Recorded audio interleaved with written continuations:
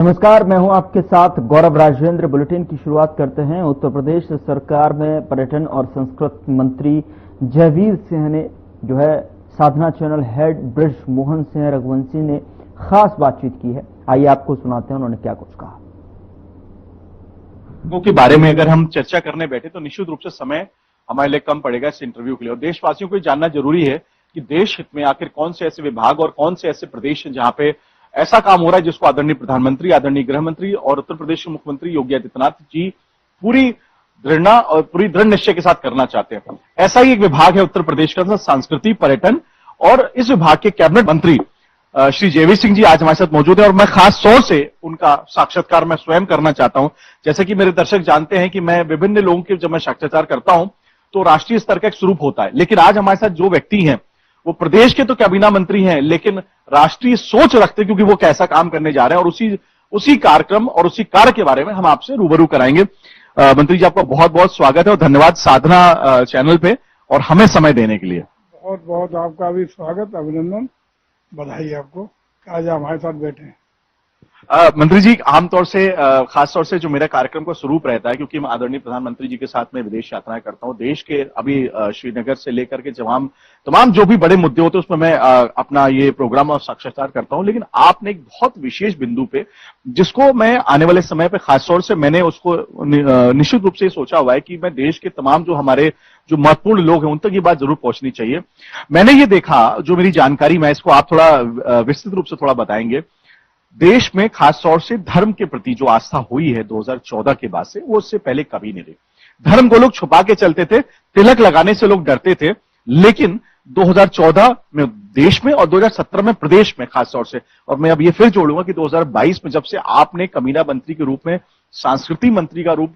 के रूप में आपने अपने आप को प्रदेश के मंत्री के रूप में आपने शपथ ली है, उसको आप इस प्रकार से सुनिश्चित कर रहे हैं। जो जानकारी हमें आई है कि उत्तर प्रदेश के जितने भी मंदिर हैं खास तौर से, जिनकी परंपरा, जिनकी पृष्ठभूमि कई वर्षों पुरानी है, सैकड़ों वर्षों पुरानी, जिनको लोग ये समझते थे कि पीपल के पेड़ के पास 2 ईंटें लगा दिए गए हैं, वो ये कोई ऐसा ही मंदिर होगा, कुछ ऐसा ही होगा, ये भगवान का कोई हम कह सकते हैं कि उसकी पृष्ठभूमि होगी, लेकिन आपने उसको स्वरूप देने का काम किया। इसके बारे में थोड़ा बताइए, और देश की जनता जरूर जानना चाहिए। मैं साधना के सभी दर्शकों को आपके माध्यम से इस बात को बताना चाहता हूं। देखिए, पहले तो देश की जनता का आभार, धन्यवाद और कृतज्ञता, जिन्होंने आदरणीय मोदी जी के रूप में ऐसा प्रधानमंत्री को अपना प्रचंड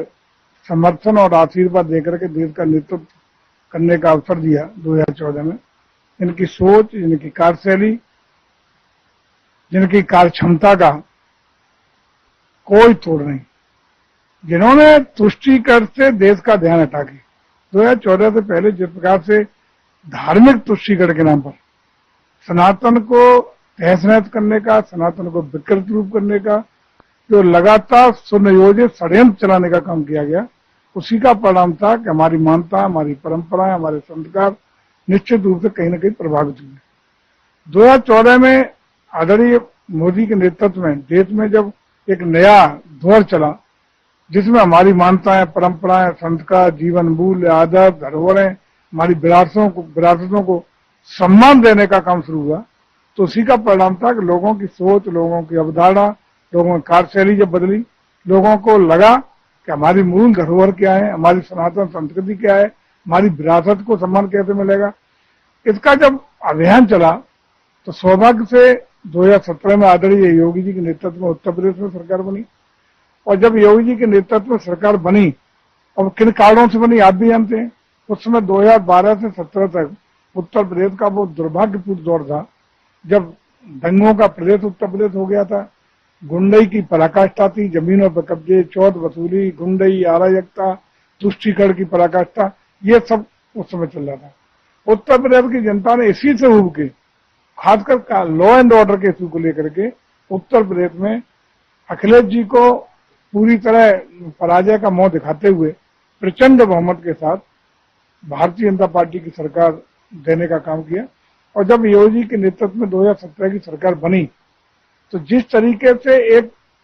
सुनियोजित तरीके से कानून व्यवस्था का राज, इंफ्रास्ट्रक्चर डेवलपमेंट का काम,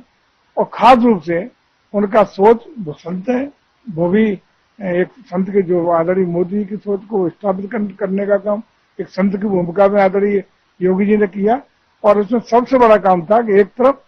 प्रदेश का विकास का रास्ता मजबूत हो, उससे पहले कानून का राज स्थापित करने का काम किया गया। और आज सौभाग्यशाली है उत्तर प्रदेश के इन 8 सालों में दंगा मुक्त प्रदेश से दंगाइयों के प्रदेश से दंगा मुक्त उत्तर प्रदेश बना।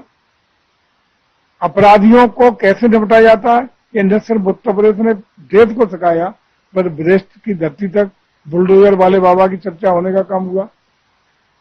साथ ही साथ क्या लोक कल्याणकारी जन कल्याणकारी योजनाओं की बात हो,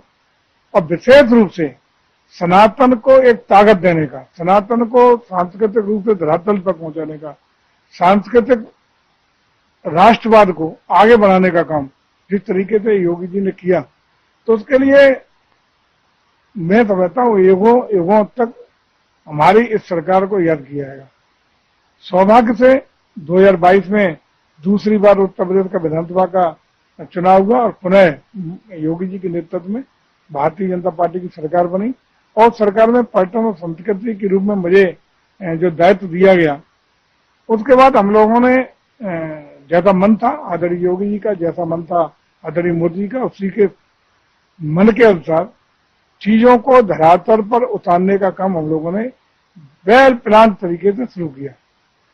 उसी का परिणाम है आज हम कह सकते हैं कि उत्तर प्रदेश में जो हम लोग तीसरे चौथे नंबर पे पर्यटकों को आकर्षित करने में देश में रहते थे, आज उत्तर प्रदेश पर्यटकों को आकर्षित करने में डोमेस्टिक